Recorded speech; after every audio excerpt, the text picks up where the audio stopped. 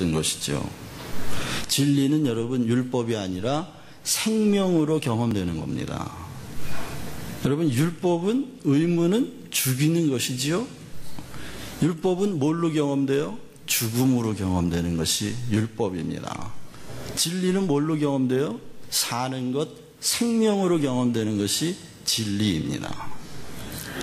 그래서 시골 할머니들도 진리를 알 수 있습니다. 어떻게 해요? 배워서 아나요? 아니요. 배워서는 모르죠. 무식한 시골 할머니들이 제가 하나님의 의에 대해 2시간 강의를 하면 알아듣겠습니까? 못 알아듣습니다. 그런데도 불구하고 그들이 진리를 안다라고 말할 수 있는 건 생명이 임하면 진리를 아는 겁니다.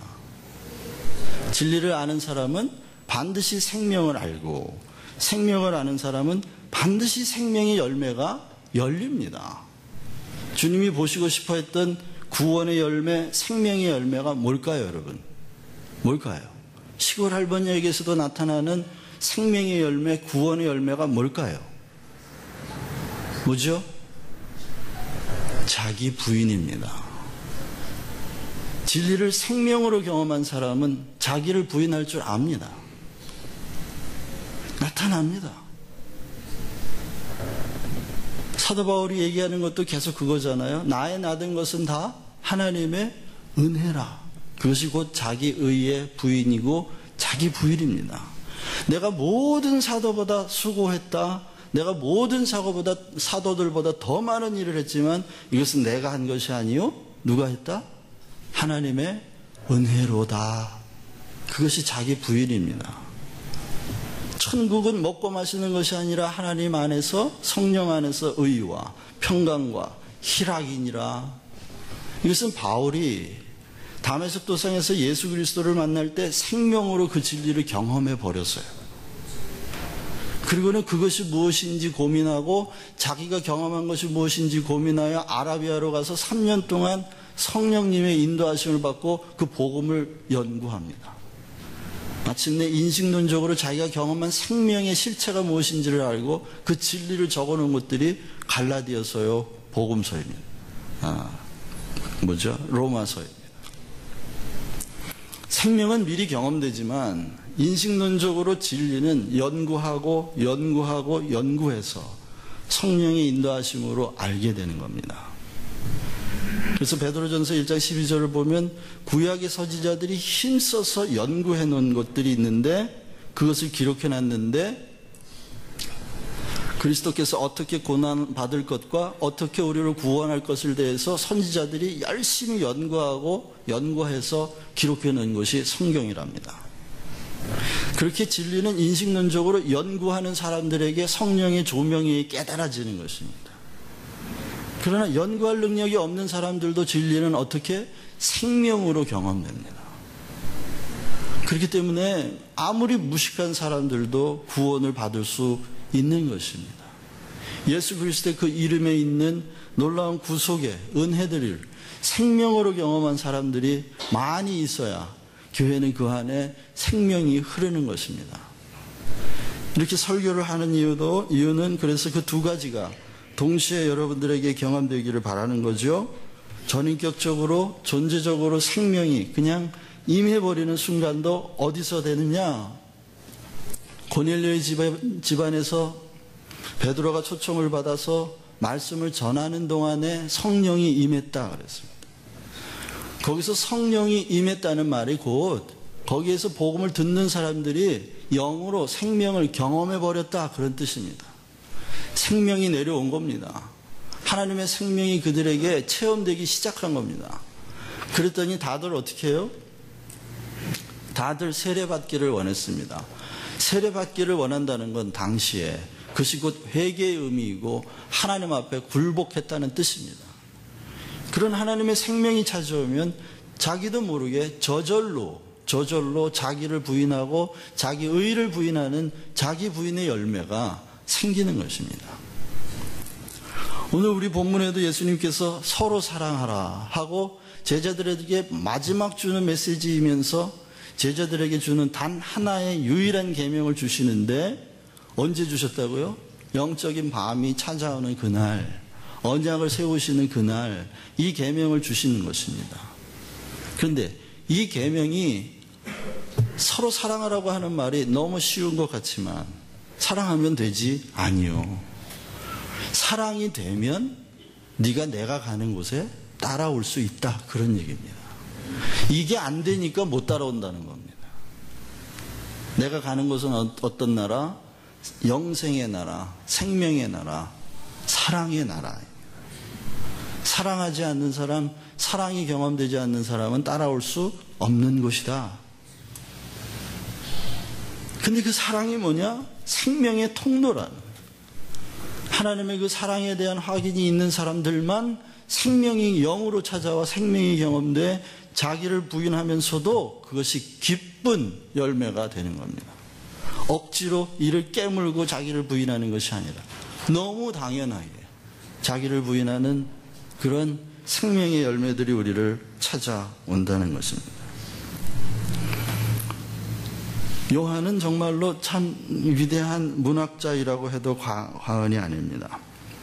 식탁 공동체 안에서 배신의 음모가 꾸며지고 있는 동안 그 순간에도 예수님은 언약을 세우고 계십니다. 배신당할 걸 아시면서도 또 약속을 주시는 거예요. 이것은 내 피로 세우는 언약이라. 유대인들 그리고 영적 지도자들과 음모가 진행되고 있는 동안에도 예수님은 제자들에게 계명을 주고 계세요. 새 계명을 주노니 사랑하라. 끝까지. 한편에서는 사실과 돈의 힘을 믿는 자들이 메시아를 죽이려고 하는 동안에도 예수님은 끝까지 진실의 힘을 믿고 진리를 전하고 계시는 것입니다. 그 배신의 근거가 성경에 대한 성경 때문이라고 말씀드렸죠. 성경을 잘못 믿고 잘못 이해한 것 때문에 메시아를 죽이려고 하는 그 영적인 밤이 찾아왔는데도 예수님은 내가 이것을 미리 이야기하는 이유는 성경을 응하게 하려 함이라, 이렇게 말합니다. 자기의 기득권을 지키려고 하는 사람들은 성경에 있는 말씀을 생명으로 경험하지 못합니다. 그러나 진리를 신뢰하고 사실의 힘보다도 진실의 힘을 의지하는 사람은 그 말씀을 이루기 위하여 생명을 던집니다. 예수님처럼. 여러분, 말씀이 왜 생명으로 경험되지 않는지 아십니까? 말씀이 내 안에 생명되기 위하여 여러분의 목숨을 던지지 않기 때문입니다. 나는 아무것도 손에 안 보고 그 말씀이 나한테 생명되기를 바라는 것. 여러분, 우리가 예수를 믿는다면 예수님이 자기 목숨을 던져 생명을 이루는 그 말씀을 이루셨다는 걸 꼭 기억하셔야 합니다. 여러분들이 생명으로 경험된 말씀들이 많이 있는 사람들은 사실의 힘이 나에게 다가와 눈앞에 보이는 세상의 힘이 다가와서 나에게 타협을 요구할 때도 그것을 거절할 힘이 있습니다. 그러나 말씀이 생명으로 경험된 사람이 경험되지 않은 사람들은 그럴 힘이 전혀 없습니다. 그래서 주님이 넌 지금은 못 따라온다. 그래, 나중엔 될 거야. 나중엔 될 거야. 그 말은 예수님이 지금 베드로가 지금 못 따라오고 있다는 걸 알아요. 그리고 앞으로 지금 못 따라올 뿐만 아니라 거기에 한 발 더 나가서 3번씩이나 부인할 거를 알아요. 그런데도 나중에는 된다는 겁니다. 누구의 힘으로 된다는 거예요, 이게? 베드로의 힘으로 된다는 거예요? 아니면 예수님의 힘으로 된다는 거예요? 배신할 걸 알면서도 넌 나중에 따라올 거야. 그 얘기는 배신할 걸 알지만 그를 사람 낚는 업으로 세우시기 위하여 부르셨던 하나님의 부르심에는 후회함이 있다 없다? 없다는 겁니다. 내가 너를 반드시 사람 낚는 업으로 만들 거야. 내가 너를 반드시 나를 따라오는 사람으로 만들 거야. 지금 그 의지를 보이고 계시는 겁니다. 그러니까 지금은 안 돼도 소망이 있겠죠? 우리에게 소망을 주시는 거죠? 지금은 안 되지만 나중엔 된다. 찾아오셔서 위로하시는 주의 음성 들으시기를 바랍니다. 우리 옆에 분하고 한번 이렇게 인사하시죠. 지금은 안 돼도 나중엔 될 겁니다.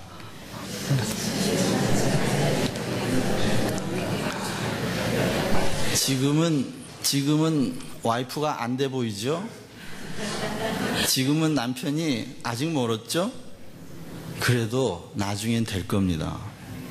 코에 호흡이 남아있는 한 주님이 우리를 주님을 따라갈 수 있는 사람으로 만드시는 하나님의 계획을 포기하지 않을 겁니다. 조금 이따 보겠지만 어떻게 베드로가 그렇게 될 수 있었는지 한번 이따가 보십시오. 주님 절대로 포기 안 하십니다. 그래서 유다의 배신의 의미는 그렇게 육신적인 이해, 얕은 이해, 육신적으로 종교 생활을 하는 사람들에 의하여 예수님은 계속 배신당하고 있다는 것이 유다의 배신의 의미입니다. 그러나 여러분, 베드로는 그런 사람이 아니었잖아요. 베드로는 목숨 걸고 따라가겠다고 한 사람이었고, 베드로는 정말 진심으로, 진실이 아니에요, 진심으로 주님 앞에 목숨을 던지고 싶은 사람이었어요. 그런데 그렇게 됐나요? 안 됐나요? 안 됐어요. 그래서 인간은 진실도 없고요, 사실의 힘에 눌려 살면서 있는 거라고는 진심밖에 없는데, 진심대로 살 수 있는 능력이 있느냐? 없다는 겁니다. 그것도. 이게 요한이 지금 우리에게 보여주는 인간의 현 주소예요. 우리에게 있는 건요, 진실도 없고요, 사실을 이길 능력도 없지만 있는 거라고는 진심밖에 없는데 뭐가 진짜 내 진심인지 모르는 게 진심이에요, 사실은. 그래서 꼭 진심이란 말을 언제 씁니까? 자신의 실패를 변호할 때, 사랑하는데 실패하는 걸 했을 때, 사실 진심은 그게 아니었는데, 내 진심은 그게 아니었는데. 언제나 우리가 가지고 있는 가장 순수한 건 진심밖에 없는데도 이걸 늘 변명하는 데 쓰는 급급한 것이 인간의 현 주소입니다. 한번 볼까요? 베드로의 배신이 어떤 뜻인가? 베드로는요, 예수님의 수제자였어요. 그리고 영적으로 얼마나 민감한 사람인지 모릅니다. 가장 먼저 예수 그리스도가, 예수님께서 하나님의 아들이요 그리스도임을 안 사람이 누구예요? 베드로예요. 그런 영적인 직관과 통찰력이 있던 사람이고, 그 고백을 예수님께서 교회의 반석으로 삼으시겠다고 했어요.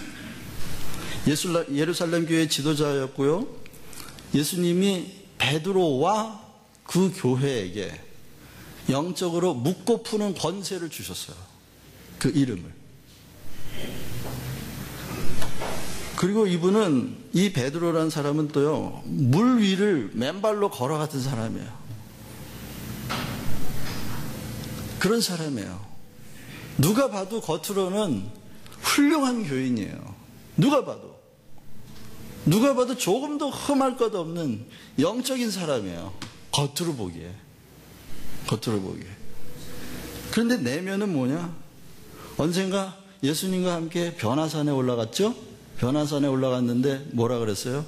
거기서 모세와 엘리야가 내려와 예수님하고 얘기하니까 베드로가 뭐라 그래요? 여기가 좋사오니 여기다가 초막 짓고 여기서 삽시다. 그랬더니 예수님이 뭐라 그래요? 내려가자. 베드로는 아주 높은 영적인 고지까지 경험을 했어요. 그런데 거기에 있고 싶었어요. 복음을 귀족화했단 말이에요. 주님은 내려가자 그러는데 베드로는 올라와서 좋은 거예요. 높아지고 싶었던 사람이에요. 그게 베드로 안에 있는 영적인 어둠이라. 그러니까 못 따라간다는 거예요, 지금은.